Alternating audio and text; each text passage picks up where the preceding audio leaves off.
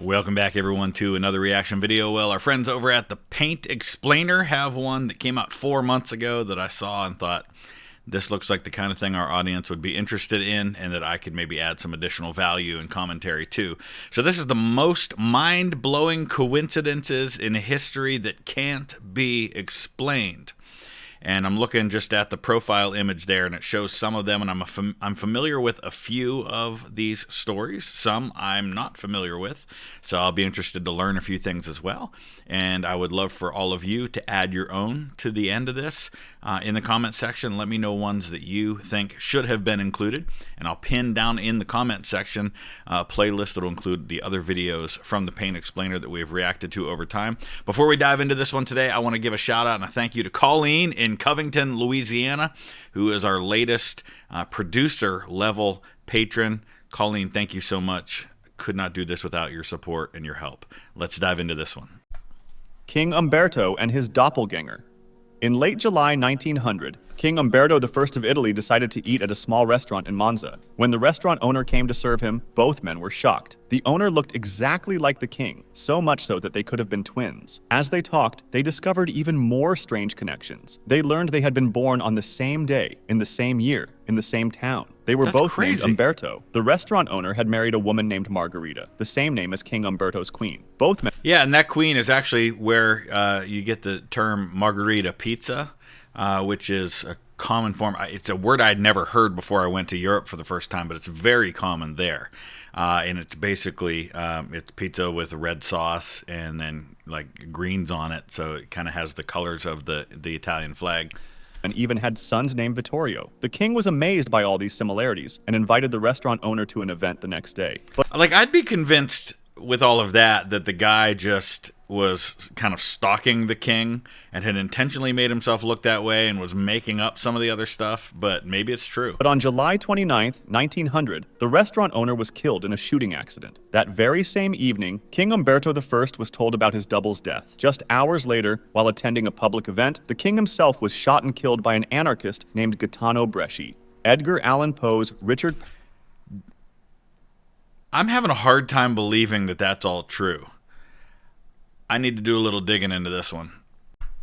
All right, so I've been doing some digging for about 20 minutes. I did find a Guardian article referring to some of the stuff being true, and there's a few other places, but I couldn't find any real good detailed like sources from the time period about it. So it's really kind of hard to say, but it seems as though at least some people are reporting that that stuff really did happen. It's hard to confirm things, you know.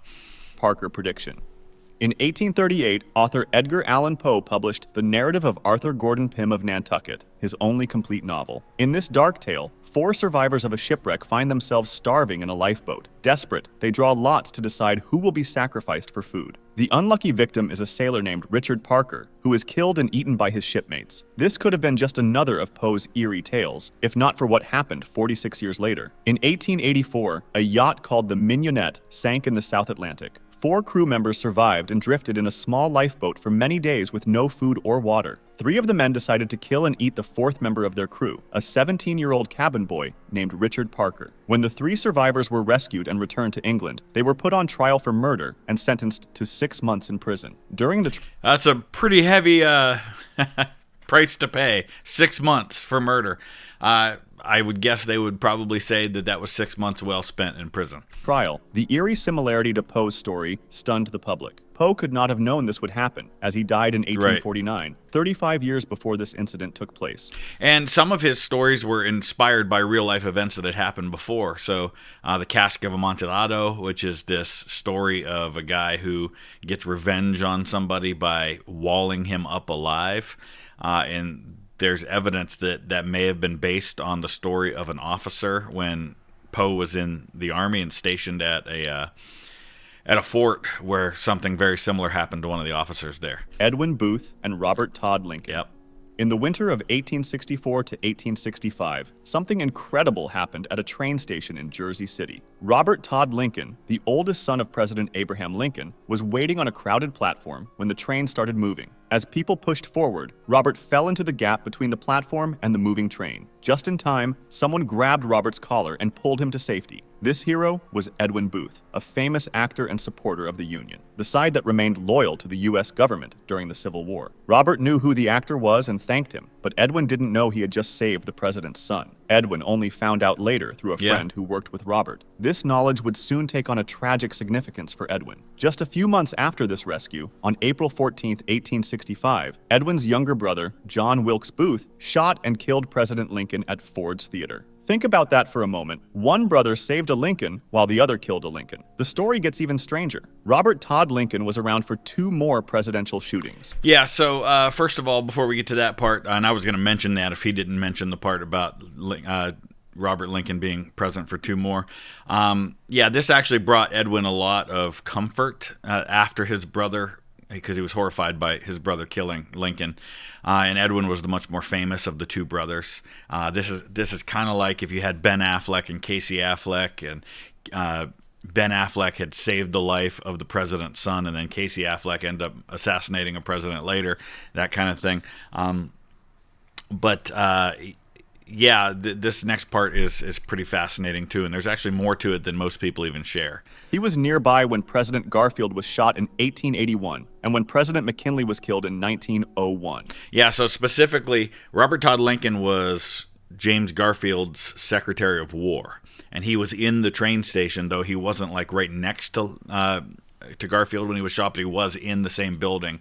And in 1901, when McKinley was shot at the Pan American Exposition in Buffalo, Robert Todd Lincoln was in the next building over from the Temple of Music where that happened. And he swore after that he'd never go near another president. But he violated that one time, and that was in the 1920s when they dedicated the Lincoln Memorial, and he was present with President Harding. And Harding ended up dying in office not long after that. Wasn't shot, but specifically, it's Ohio presidents that it seems to be an issue for Robert Todd Lincoln. 3 Ohio presidents died near or shortly after being with Robert Todd Lincoln. This pattern bothered him so much that he later refused to attend presidential events. Tsutomu Yamaguchi's double atomic survival. In August 1945, a 29-year-old Japanese engineer named Tsutomu Yamaguchi was on a business trip to Hiroshima. On the morning of August 6th, he was walking to the shipyards when he noticed an American bomber flying overhead. Suddenly, at 8:15 a.m., a bright flash lit up the sky. The first atomic bomb had gone off about 1.9 miles from where he stood. The blast knocked Yamaguchi to the ground, damaged his earring, and badly burned the left side of his body. Despite his injuries, he found shelter, spent the night in the ruined city, and made his way to the train station the next day. Yamaguchi was heading home to Nagasaki. On August 9th, still wrapped in bandages and in pain, Yamaguchi went to work in Nagasaki. As he was telling his boss what had happened in Hiroshima, another bright flash lit up the sky. Could you even imagine what that guy must have felt like? I mean, he had to have assumed they were dropping these all over the place, because what are the odds you'd be present for both atomic bombs going off? And Nagasaki wasn't even supposed to be the target that morning. It was the backup target because of smoke that covered the primary target that morning. Second atomic bomb had just been dropped over Nagasaki, and again, Yamaguchi was about 1.9 miles from the blast. The building he was in probably saved him from more serious injuries, though he was exposed to radiation from both bombs. Yamaguchi is the only person the Japanese government officially recognizes as having survived both atomic bombings. Even after being exposed to radiation twice, he recovered and lived until he was 93, dying in 2010 from stomach cancer. And that's remarkable in and of itself, because a lot of people died in the months and years afterwards from the results of cancer, especially, but from other, radiation sickness, things like that. And even people who were present for the original test in at the Trinity site in the southwestern United States, a bunch of them ended up dying from exposure to radiation. Archduke Ferdinand's assassin and the wrong turn. Wrong turn. On June 28, 1914, Archduke Franz Ferdinand, heir to the Austro-Hungarian Empire, visited Sarajevo with his wife Sophie. A group of Serbian nationalists had planned to kill him that day, and their first attempt failed when a member of the group threw a bomb at the Archduke's car, but it bounced off and exploded behind it, injuring people in the one behind. And that should have been the end of it, right? I mean, there was already a lot of question about this event and whether it was even wise for them to do it. But Franz Ferdinand, he's in what's called a morganatic marriage with his wife. His wife was considered to be beneath his station. And so when they were back home, she had to walk behind him. They weren't really ever seen as equals. He had to agree that their children, which they did have children, would not be in the line of succession and heirs to the throne. So the line would have gone a different way after his death anyway. But when they were on the road, when they were traveling, and when they were in Sarajevo, she could be treated as his equal. And so they were really looking forward to this trip. After that attack failed, the motorcade continued to the town hall for a planned meeting. The assassination plot seemed to have failed, and one of the would-be killers, a 19-year-old named Gavrilo Princip, gave up and went to a small food shop on Franz Josef Street to get something to eat. Then something... The irony there, of course, Franz Josef is the emperor of Austria-Hungary. He's the Kaiser. He's Franz Ferdinand's uncle. Crazy happened. After leaving the town hall, the Archduke decided to visit those hurt by the earlier bomb. His driver, not knowing Sarajevo well, took a wrong turn onto Franz Josef Street. When the driver realized his mistake, I gotta double check this because I'm pretty sure he had already visited them and they were back out after the visit, not on the way to it. Okay, for some reason I was thinking that they had already gone to the hospital, but they had actually gone to the town hall. And they were waiting there, and they were debating what to do, and so they were, in fact, on their way to the hospital. Though I would say that there's some debate about whether or not Gavrilo Princip had just gone to the restaurant because he had given up, or if he was actually waiting for another crack at it. I've definitely read sources that have said that he was waiting for them to emerge and go back out on their motorcade, and he was still gonna take a chance at it. He stopped the car to turn around, right in front of the shop where Princip was standing. Princip couldn't believe his luck. The target he had given up on was now just feet away and not moving. He pulled... Yeah, so the car actually stalled because they started to take the wrong turn, and I think the car behind them shouted out, no, you're going the wrong way. So they stopped, and when he went to put it in reverse, it stalled.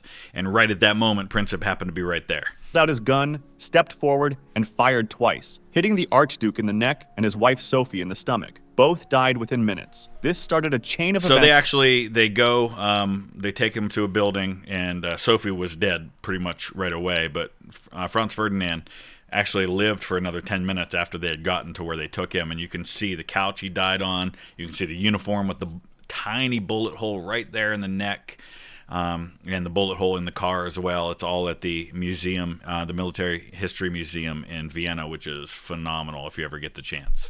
That led straight to World War I. Soon, all of Europe was pulled into the conflict that would claim over 20 million lives. A single wrong turn changed the course of the entire 20th century. And of course, everybody argues, and I think there's some merit to it, that a war like that might have happened anyway, but the bottom line is it was a series of just ridiculous bad decisions that led to this war. It wasn't just the assassination, it was a lot of other things that led up to it. There was a lot of breakdown in diplomatic things that were happening. It was a lot of poor judgment on many people's parts. It was just a comedy of errors that led to this war. The Jim twins' parallel lives.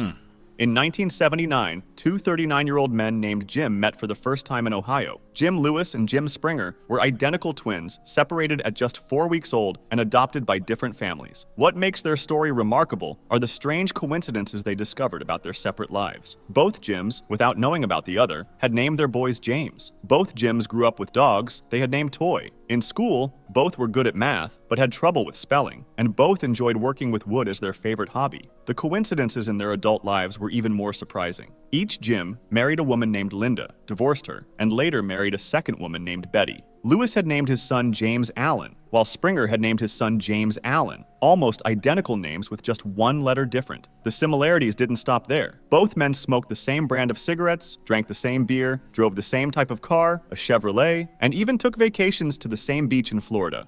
Now, some of this stuff can be explained by the fact that it's just, driving a Chevrolet was a common car. Certain types of cigarettes were common. Certain names were popular. So that can somewhat explain some of this, but the fact that it all happened that way is what's pretty crazy. But I'm not surprised by this. I'll say more once it's over. Scientists learned about the Jim twins, they were amazed. While some similarities could be explained by their identical genes, many others, like the names of their wives, children, and pets, seemed beyond explanation. The Jim twins became famous as part of one of the first major studies on twins raised apart. The Eban brothers.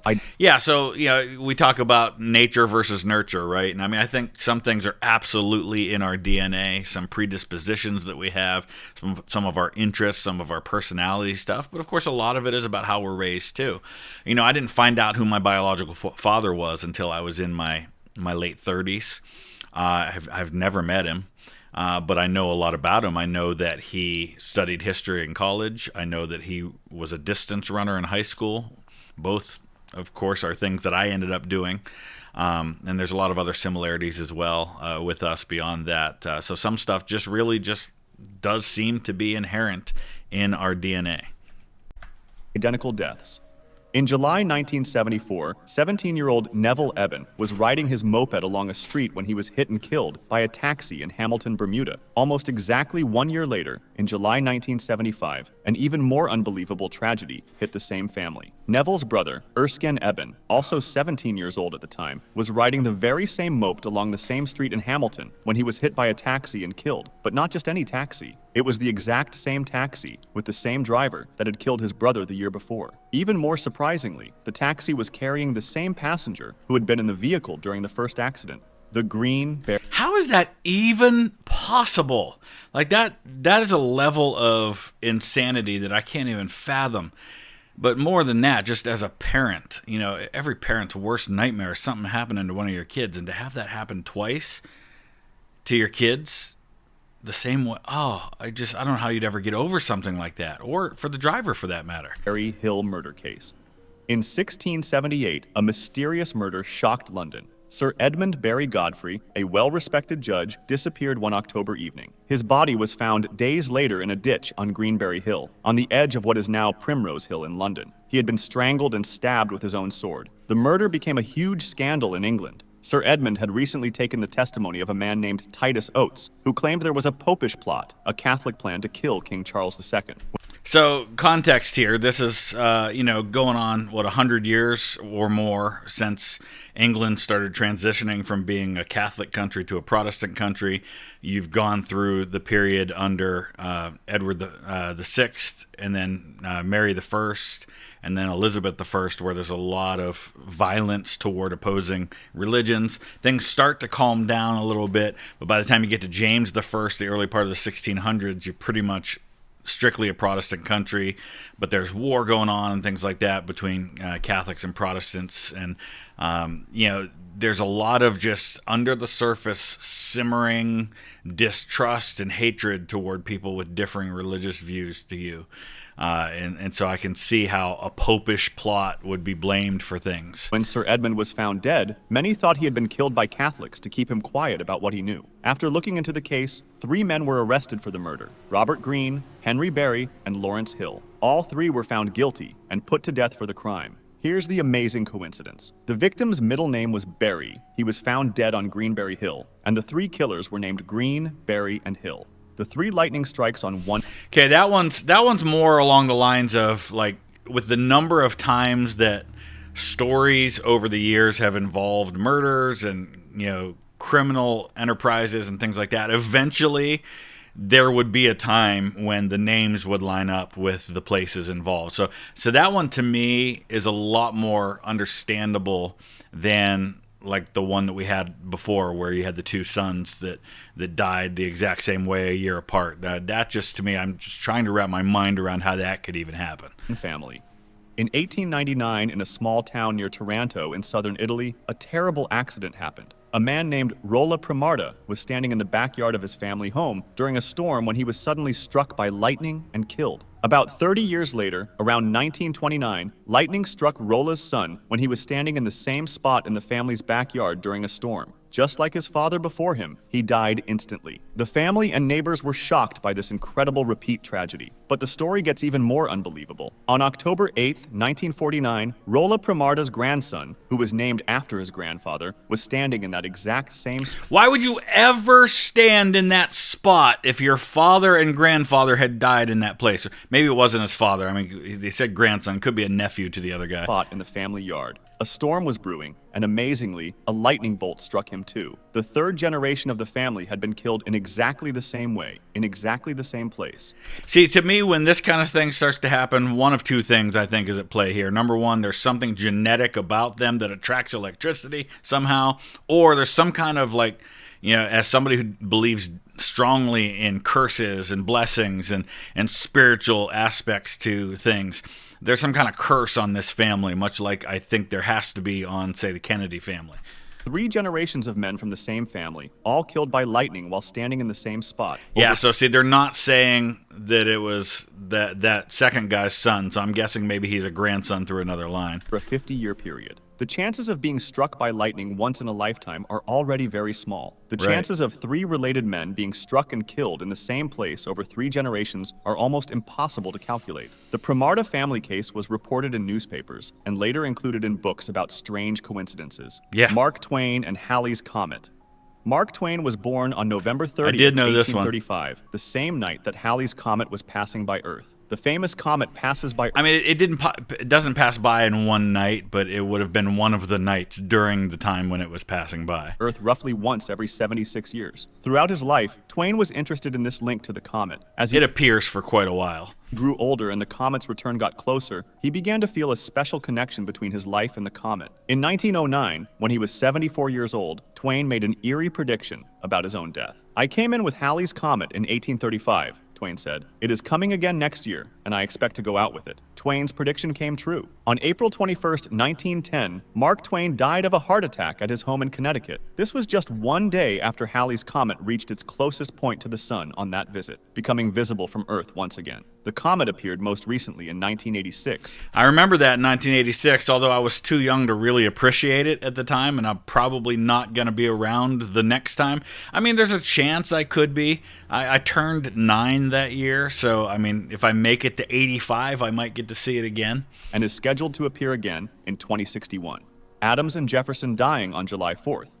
On July 4th, 1826, John Adams, the second president of the United States, and Thomas Jefferson, the third president, both died. Even more remarkably, it was the 50th anniversary of the Declaration of Independence. So 50th, the July 4th thing gets debated about a lot because the resolution for independence was adopted on July 2nd, and John Adams wrote to his wife Abigail that July 2nd was going to be celebrated with parades and fireworks and all this stuff. And July 4th is when they approved the final wording of the Declaration, and that's why July 4th is the date that's on the Declaration of Independence, because that's the day that they adopted the Declaration. The actual declaring of independence happened on July 2nd. The wording of the Declaration happened on July 4th. The signing began on August 2nd because they actually had to order the embossed copy, the copy that we see, at the National Archives. They had to order that and have it produced, and they made several copies. And so that wasn't ready for a few weeks, and so on August 2nd is when people started signing it. Excuse me, not everybody signed it that day either. But anyway, I digress. Both men had helped create the Declaration. Jefferson wrote most of it, while Adams was one of its strongest supporters in the Continental Congress. These two founding fathers... He was, and there were actually 5 people that were on the committee to form the Declaration, but they primarily leaned on Jefferson to write it. ...had once been friends, then became political rivals, and later became friends again in their old age through letters. Brilliant letters. Thomas Jefferson's letter to John Adams... after Adams' wife died is one of my absolute all-time favorite letters written by a president. It's brilliant. He talks about, in fact, you know what? I'm going to digress a little further. I'm going to read it to you because it's that good. Now, I think I've done it before, but you might be new to the channel, so I'll check it out for you. Okay, so here's the actual letter. This is an actual copy of it here, and I have to say up front, not a fan of Thomas Jefferson. I got a lot of issues with him personally and politically, but I love what he says here in November of 1918, where he says, It is some comfort to us both that the term is not very distant at which we are to deposit in the same cerement our sorrows and suffering bodies, and to ascend in essence to an ecstatic meeting with the friends we have loved and lost, and whom we shall still love and never lose again. God bless you and support you under your heavy affliction. I absolutely love that. I mean, that's how you comfort a friend in times like that. He says at the beginning how he says, the public papers, my dear friend, announced the fatal event of which your letter of October 20th had given me ominous foreboding. Tried myself in the school of affliction by the loss of every form of connection which can rive the human heart. I know well and feel that you have lost and that you have suffered and are suffering and have yet to endure.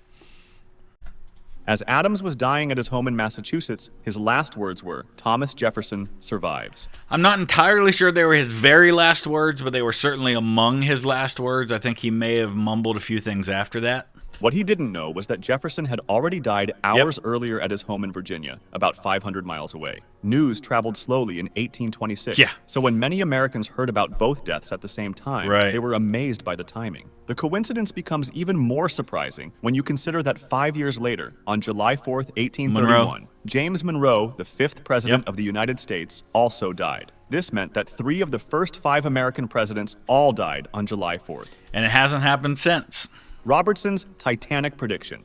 In 1898, 14 years before the Titanic disaster, an American author named Morgan Robertson wrote a story called Futility, or The Wreck of the Titan. This story was about a huge luxury ship called the Titan that sank after hitting an iceberg in the North Atlantic. The similarities between Robertson's fictional story and the real Titanic tragedy that happened in April 1912 are incredible. Robertson's Titan was described as the largest ship of its day at about 800 feet long, very close to the Titanic's 882 feet. Both ships had 3 propellers and could go very fast. The made-up Titan could travel at 25 knots, while the real Titanic was moving at about 22.5 knots when it hit the iceberg. I mean, those things in and of themselves not that strange because he's basing his ship on what real ships were capable of at the time. Both ships were called unsinkable, and both had too few lifeboats for everyone on board. The lifeboat thing, I think, gets overblown a little bit. That was true for most ships, and it was really just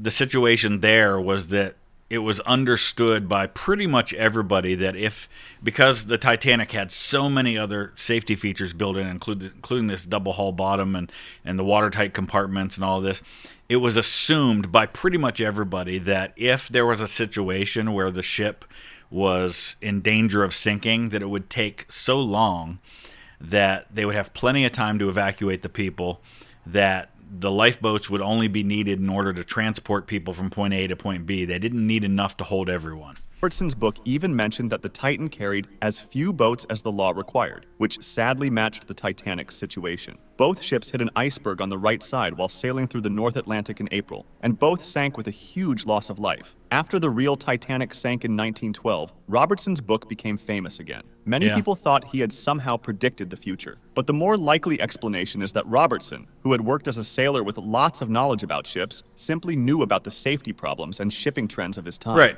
Yeah, I think that's totally what it is. I mean, he just understood the subject that he was writing about. If you liked this video... All right, that was good. I enjoyed that. Enjoy is a strong word. Some of those are pretty depressing stories, honestly. But as I said at the beginning, let me know your thoughts and what do you think should be added, one that wasn't talked about. Let me know in the comments. And also in the comments, check out the pinned playlist to my other videos where I've checked out the Paint Explainer. Thanks for watching.